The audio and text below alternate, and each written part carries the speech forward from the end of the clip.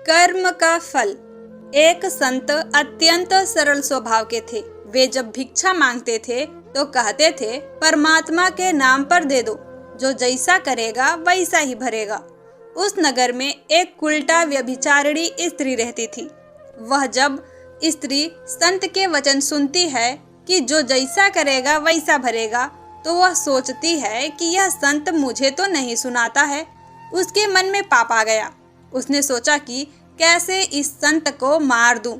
स्त्री ने 2 लड्डू खूब घी मेवा आदि डालकर बनाए और उनमें जहर मिला दिया।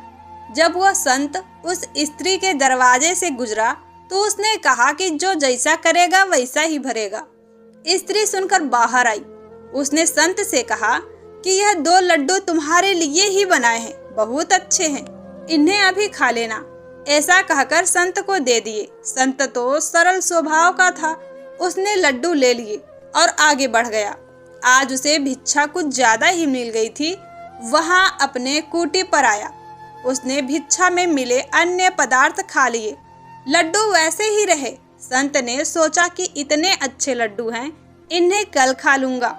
उसी रात को उसी स्त्री के पति और पुत्र कहीं बाहर से आ रहे थे। वे बहुत थक गए थे और भूख भी लग रही थी। दोनों ने सोचा कि संत की कुटी पर कुछ विश्राम कर लेते हैं। जब वह संत के पास पहुंचे तो संत ने उन्हें बैठाया।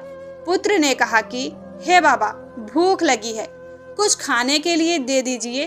संत ने वे दोनों लड्डू एक पिता को और एक पुत्र को खाने के लिए दे दिए। लड्डू खाने के बाद दोनों का प्राणांत हो गया। वे दोनों मर गए।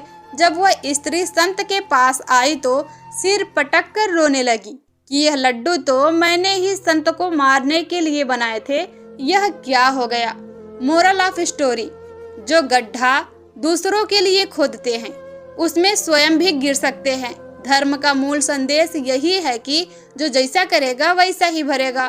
दूसरे के लिए कांटे बिछाओगे तो स्वयं तुम्हें ही उन पर चलना होगा। अतः फूल बिछाओगे तो दूसरों के लिए। आशा है कर्म का फल कहानी आपको जरूर पसंद आई होगी। इस कहानी को लाइक करें, ज़्यादा से ज़्यादा शेयर करें। Thank you.